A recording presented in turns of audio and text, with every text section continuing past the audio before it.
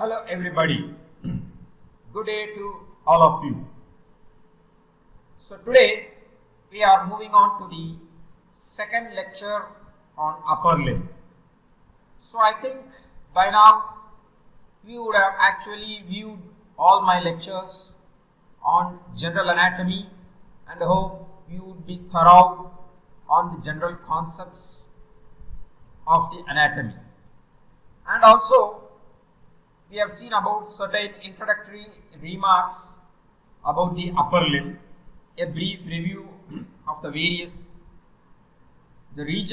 of the upper limb, and of course some brief remarks or brief aspects of the bones of the upper limb.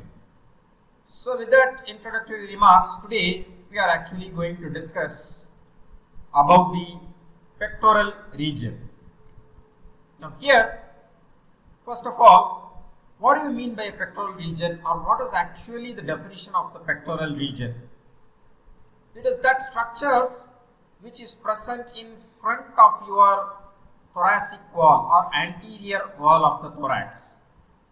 So in front of the anterior wall of the thorax, you come across this pectoral region, which is mainly made up of skin, superficial fascia, deep fascia, followed by the muscles, and in the skin what you see is a very important landmark, which is the nipple, and the deep fascia is present in the form of the pectoral fascia and the clavipectoral fascia. The muscles of the pectoral region are Pectoralis Major, Pectoralis Minor, Subclavius, and the Serratus anterior muscle. Now, one more structure which is present in the pectoralis region, in the pectoral region, deep to the skin in the superficial fascia, is the mammary gland. So, mammary gland, we will see it in a separate topic. The mammary gland is well developed only in females, whereas in males it is rudimentary in nature. Now coming to the surface anatomy of the pectoral region. So here mainly what you come across is the jugular notch, and then the jugular notch is a depression what you are able to see in between the two ends of the clavicle on the upper part of the manubrium sternum. Then nipple is an important landmark what you see here. In males it is present at the level of 5th intercostal space, that is between the 5th rib and the 6th rib, the space between these two ribs. In females the position is variable from person to person, and also in the same person it is variable based on the age. Then you will be able to palpate the body of the sternum throughout its whole length. Then as you come down, you come across a depression here in this angle, and in that depression you come across the xiphoid process. Then the clavicle or the collarbone is subcutaneous throughout its length, so you can palpate the clavicle from its medial end to the lateral end. At the latermost end of the clavicle, you will be able to see a pointed structure which is called as the acromion process of the scapula. Little bit in front and below the acromion also you come across when you palpate the coracoid process.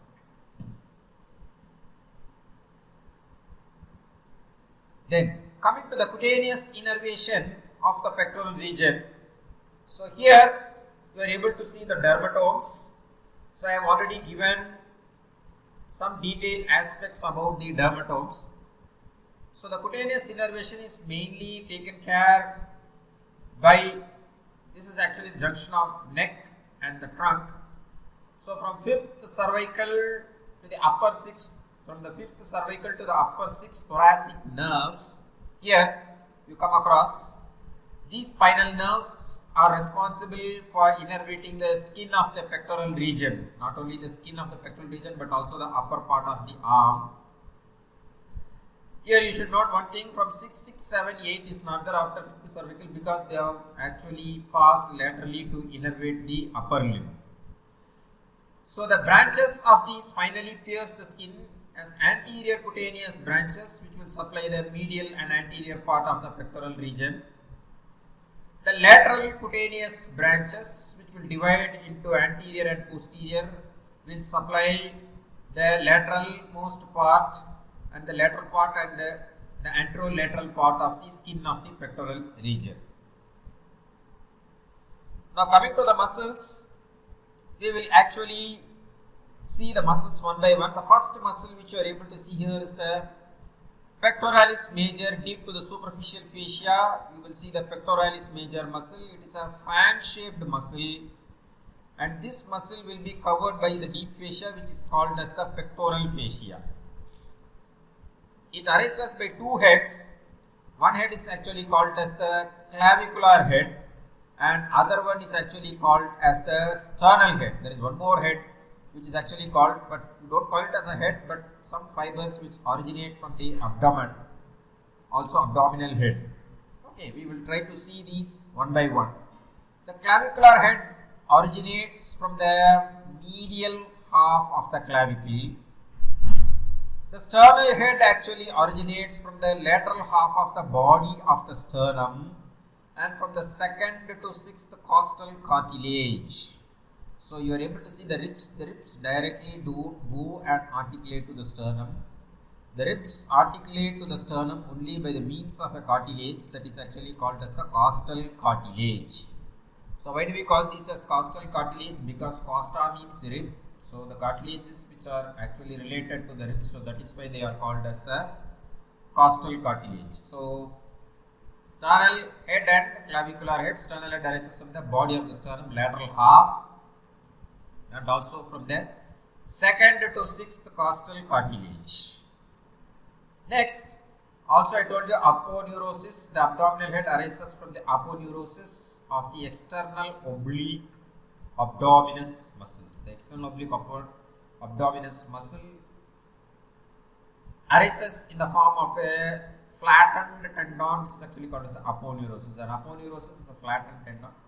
So some fibers of the pectoralis major, which is actually called as the abdominal head, arises from this external oblique aponeurosis.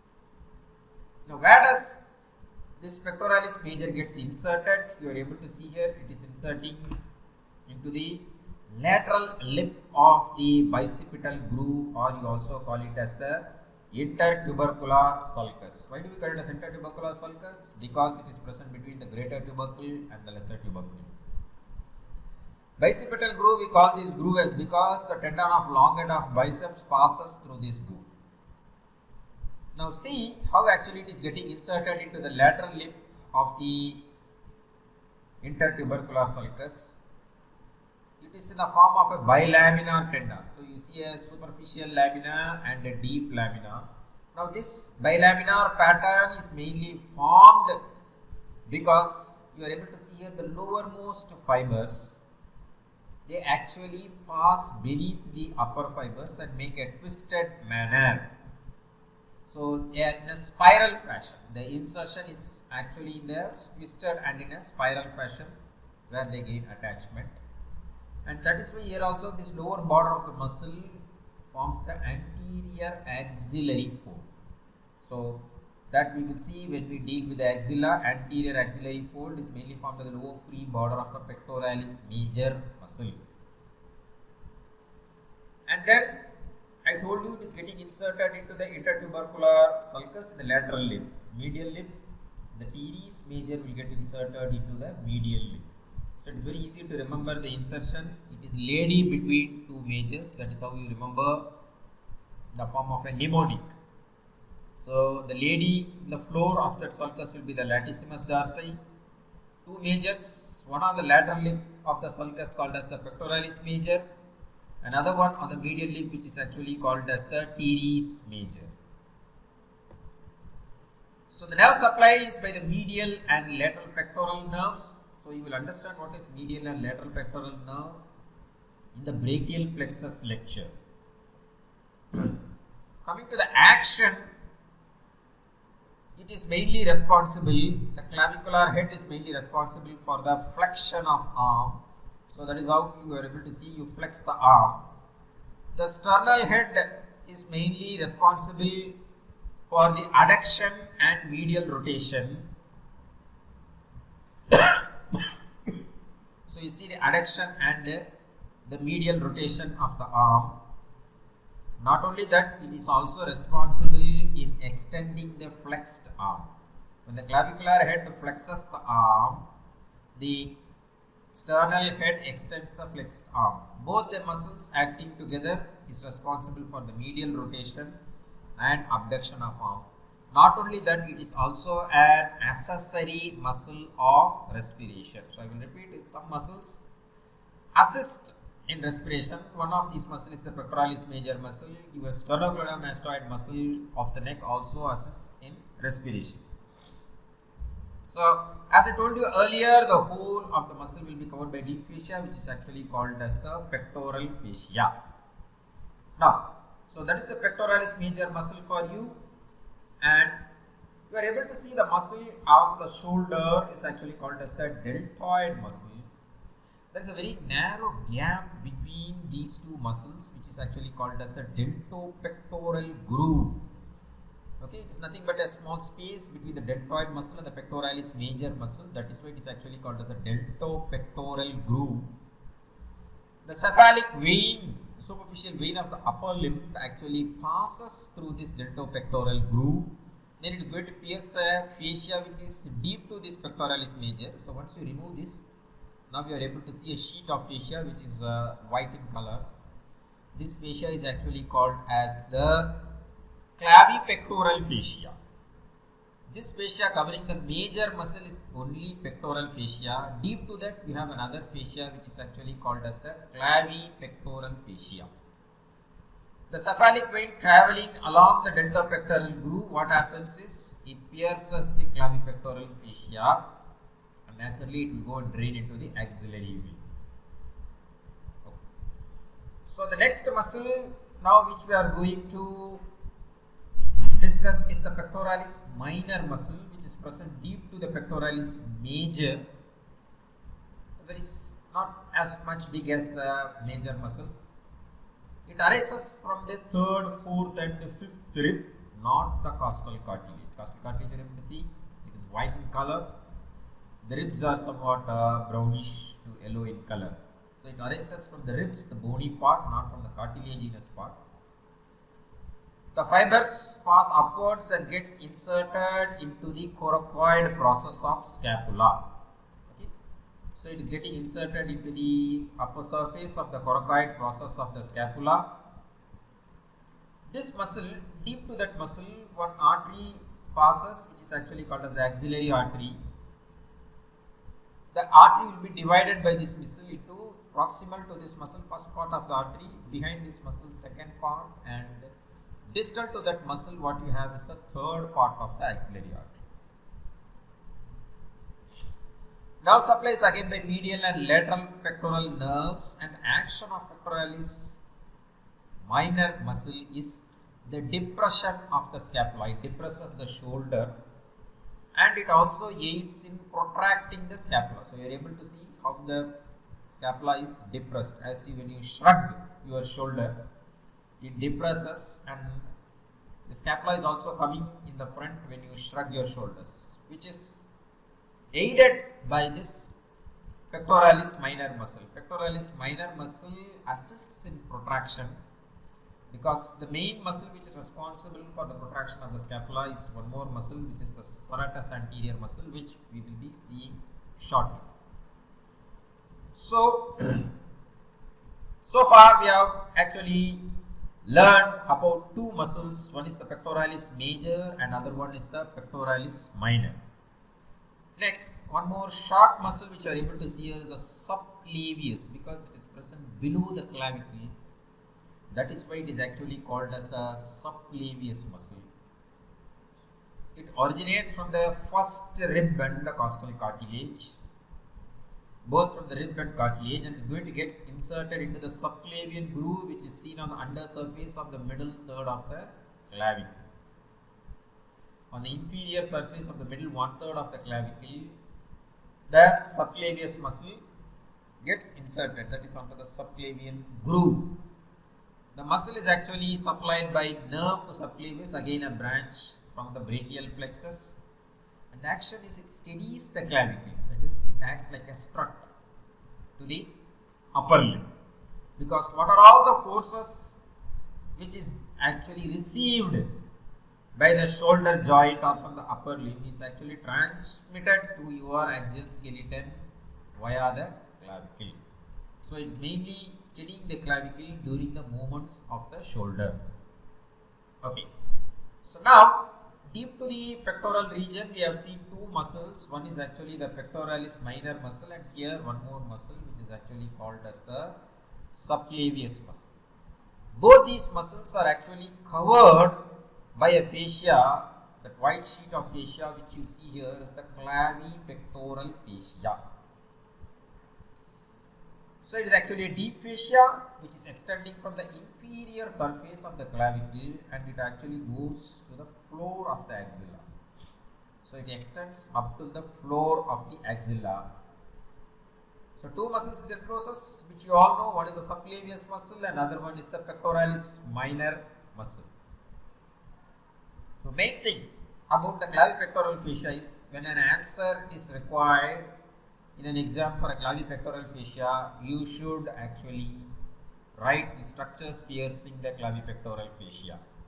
So four structures: cephalic vein, thoracoacromial vessels, lateral pectoral nerve, and lymphatics.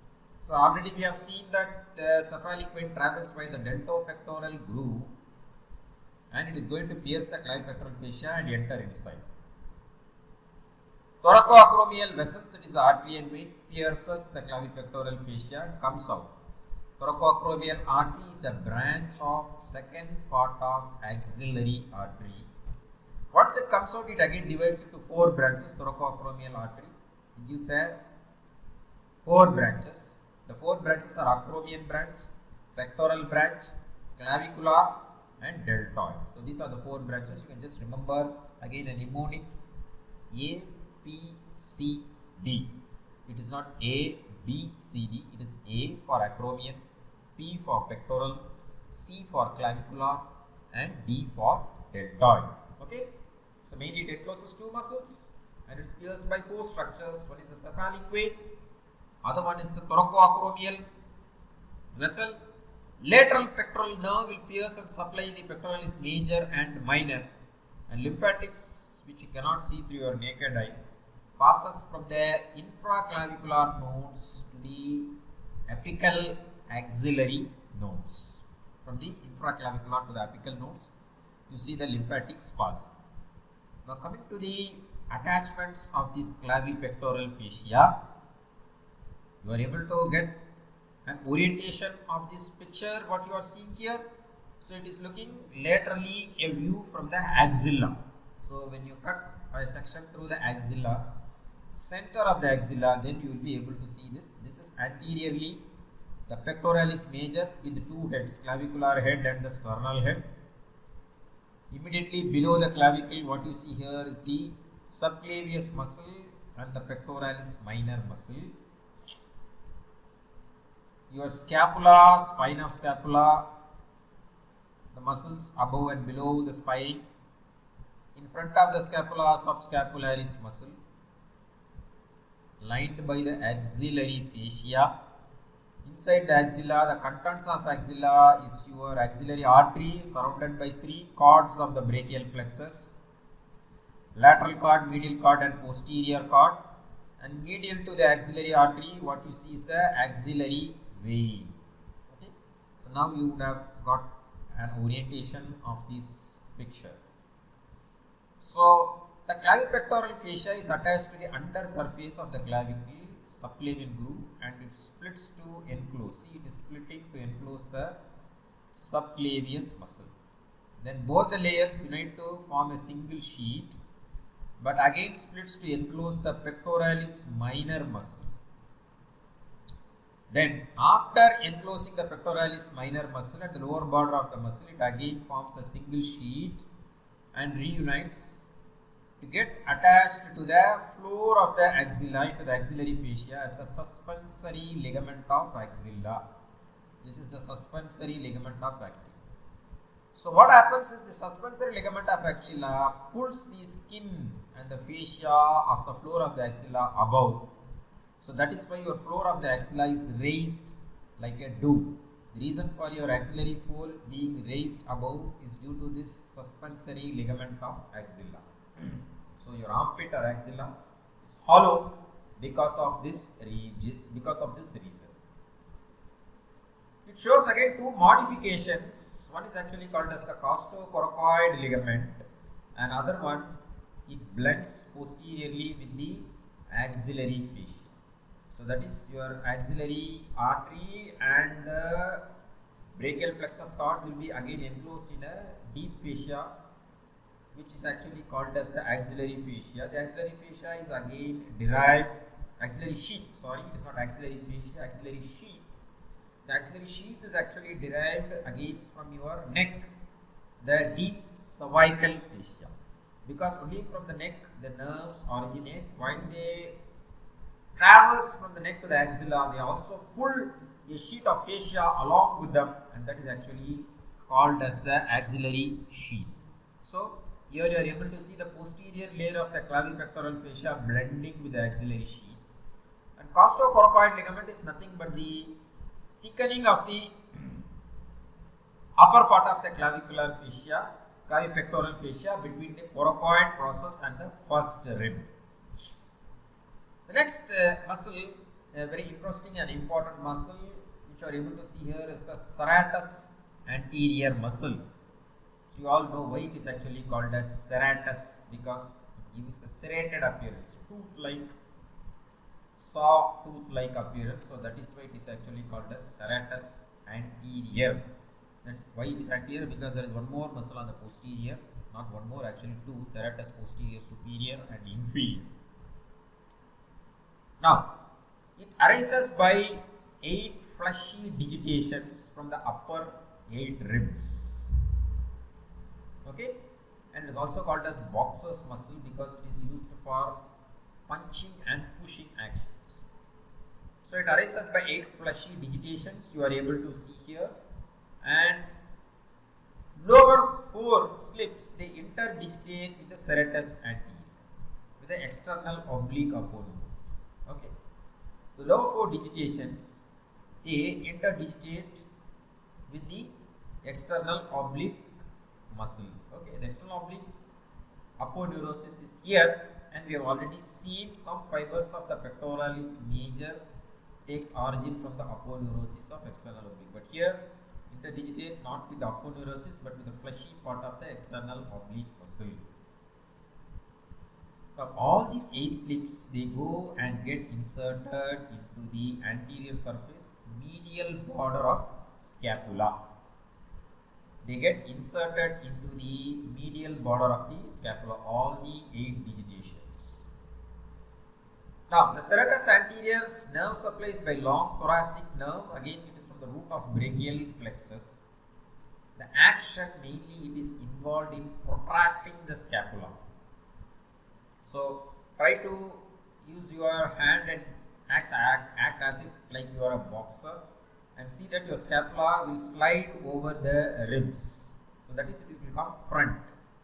Okay, that is the main action of the serratus anterior, and along with pectoralis minor. I already told in the pectoralis minor, it assists in the protraction of the scapula. Not only that, in elevation or rotation of the scapula, you are able to see the scapula is getting tilted, that is the inferior ankle moves forwards and upwards. The head moves backwards. This is because again the serratus anterior exerting the force from the front and assisted by the trapezius muscle. Okay, so it is assisted by the trapezius muscle. So what happens? This movement, tilting of the scapula or rotation of the scapula takes place when you want to raise your arm above 90 degrees. That is 90 degrees is a right angle. Above that, up to 120 to 180 degrees, you will be able to raise your arm or your shoulder only by the rotation of the scapula. So the main action of serratus anterior muscle is protraction of the scapula as in pushing and punching movements, followed by the rotation of the scapula while raising the arm above the head. Now, what happens if the serratus anterior muscle is paralyzed? Then that condition is actually called as the winging of scapula. So that is the nerve supply, long thoracic nerve of bell supplying the serratus anterior muscle.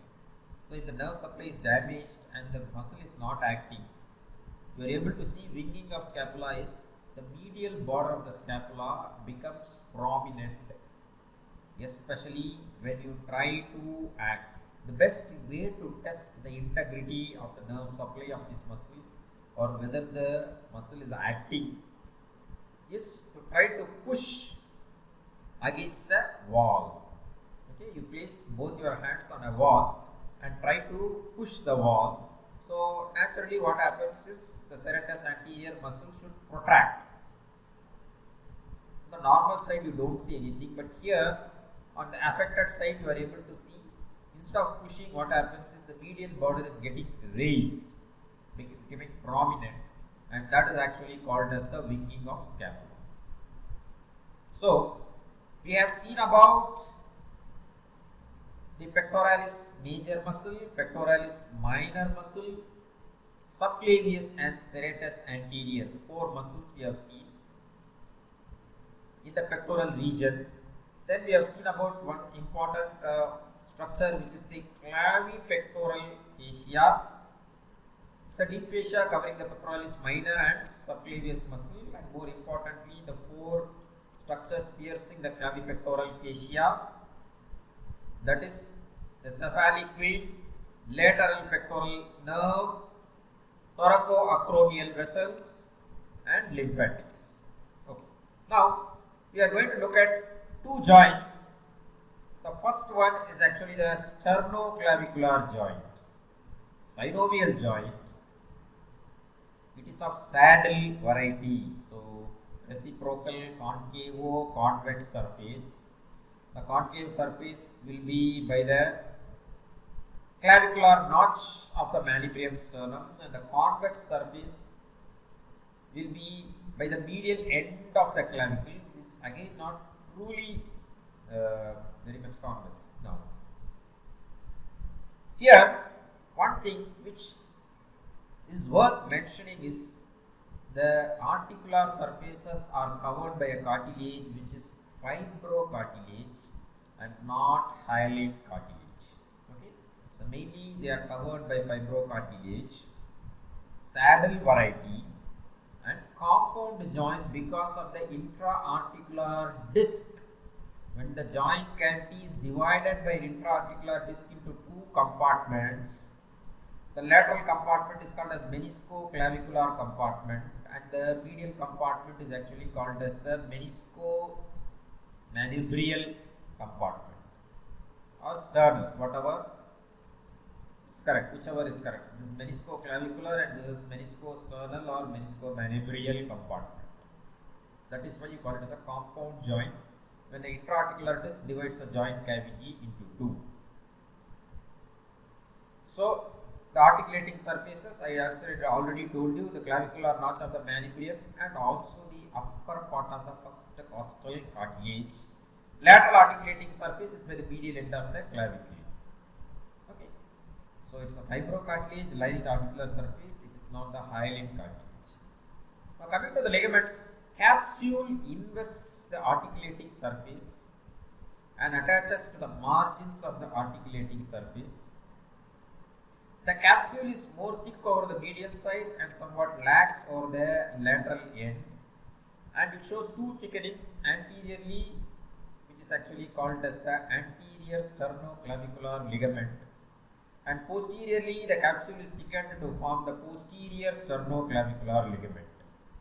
So these two ligaments, the thickenings of the capsule mainly prevent the medial dislocation of the clavicle. Very, very important. The clavicle should not get dislocated medially because all the forces from the upper limb, when it is transmitting to the clavicle, that is very quite common for this clavicle to get dislocated, and naturally that is prevented by these two ligaments. Then you can see another ligament which is stretching along this upper border of the manubrium sterni. Medial ends of the clavicle are attached by the interclavicular ligament. Then you have something called as the costoclavicular ligament, which is from the first rib, gets attached to the inferior surface of the medial end of the clavicle. Okay. So these are the ligaments of the sternoclavicular joint: anterior and posterior sternoclavicular ligament, interclavicular ligament, and costoclavicular ligament. I told you the intra-articular disc again divides the cavity into meniscoclavicular and meniscosternal compartment. So that is why it is a compound joint. So mostly the ligaments prevent the medial displacement of clavicle. The nerve supply is mainly by supraclavicular nerves, mainly the medial. Again, this is not from the brachial plexus, this is from the cervical plexus, C3, C4, C5. Nerve to subclavius, of course, this is actually a branch from the trunk of the brachial plexus. And arterial supply is by branches of the internal thoracic and suprascapular arteries. So here, you are able to see the movements of the clavicle. Now, if you look carefully, the various movements of the clavicle, now the sternoclavicular joint and acromioclavicular joint, which we are going to see, are involved in these movements. Now we see here, if the lateral end of the clavicle is elevated, then naturally the distal end of the clavicle is depressed. Elevation of the scapular clavicle will be due to when the scapula is elevated by the levator scapulae muscle or trapezius muscle. When the distal end of the clavicle is actually depressed, then naturally the medial end of the clavicle is elevated. Okay, the depress is again mainly when you shrug the shoulder, when the coracoid process is pulled by the action of the coracobrachialis and the pectoralis minor, when the clavicle is depressed, naturally the medial end gets elevated. So thereby, when you see that elevation and depression of the clavicle, they promote gliding movements. Okay. So what do they promote is actually the gliding movements. The next, when the distal end of the clavicle is pushed forward, it moves backward. Okay. So this takes place during the protraction of the scapula, and this is checked. The protraction will be checked by the antagonistic muscles, the retraction of the scapula by the rhomboides major and minor muscle. When the distal end of the clavicle is pushed posteriorly, then naturally what happens is the medial end protrudes, and there is also some degree of rotation, and that is actually possible. The rotary movements, apart from the gliding movements, it is also showing rotary movements in the lateral compartment, that is the meniscoclavicular compartment. So now you should understand why there is an intra-articular disc. Because the disc is present, it divides the joint cavity into two compartments where it can perform two types of movements. In the medial compartment, mostly the gliding movement takes place, whereas the lateral compartment, what happens is the rotation of the clavicle takes place. The next type of joint which you are looking here is the acromioclavicular joint, which is between the lateral end of the clavicle and a small articular facet of the acromion process. Plain variety. Synovial joint. Okay. So these are the two articulating surfaces, the lateral end of the clavicle and a facet of the acromion process. So mainly this is actually covered by a, again, synovial. So naturally you have a capsule lined by the synovial membrane, which serves as the ligament, Coracoclavicular ligament. This is actually called as the coracoclavicular ligament, which is extending from the coracoid process to the under surface of the clavicle. So, if you look carefully at this ligament, you can see the scapula is actually suspended from the clavicle through this ligament.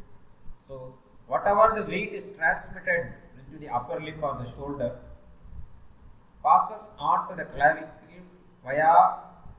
from the scapula via the coracoclavicular ligament to the clavicle. So, it is mainly the transmission of weight of the upper limb from the clavicle to the axial skeleton. So, that is why this coracoclavicular ligament has got two parts. One is actually called as the conoid part, and other one is actually called as the trapezoid part. Conoid part has got apex and a base. It is somewhat conical in nature, that is why it is called as conoid part. From the coracoid process, it goes and attaches to the conoid tubercle, again on the inferior aspect, posterior-inferior aspect of the clavicle. Then you have the trapezoid part getting attached to the trapezoid line. Now, acromioclavicular ligament, mainly responsible for transmission of weight of the upper limb to the clavicle and the axial skeleton. The nerve supply is by suprascapular nerve and lateral supraclavicular nerves. This is from the brachial plexus, whereas lateral supraclavicular nerve is actually again from the cervical plexus. Arterial supply suprascapular and thoracoacromial. So movements, as I told you, they are actually more of girdle movements. Both the sternoclavicular and acromioclavicular moves the shoulder. So when you shrug your shoulder, it is mainly the movement of these two joints. So they perform both gliding movements when you shrugging as an elevation and depression of the scapula, and also rotary movements takes place. So these rotary movements also are mainly accompanied with the associated movements of the clavicle. So these two joints, you can see they have an opposite effect. When these moves forward, the medial end moves backward, and vice versa. Same way, when this is elevated, this is depressed. So that is about the acromioclavicular joint for you and the sternoclavicular joint, which actually moves the shoulder girdle, and how the upper limb weight is transmitted from the shoulder to the clavicle and then to the axial skeleton. So thank you very much for your patient listening.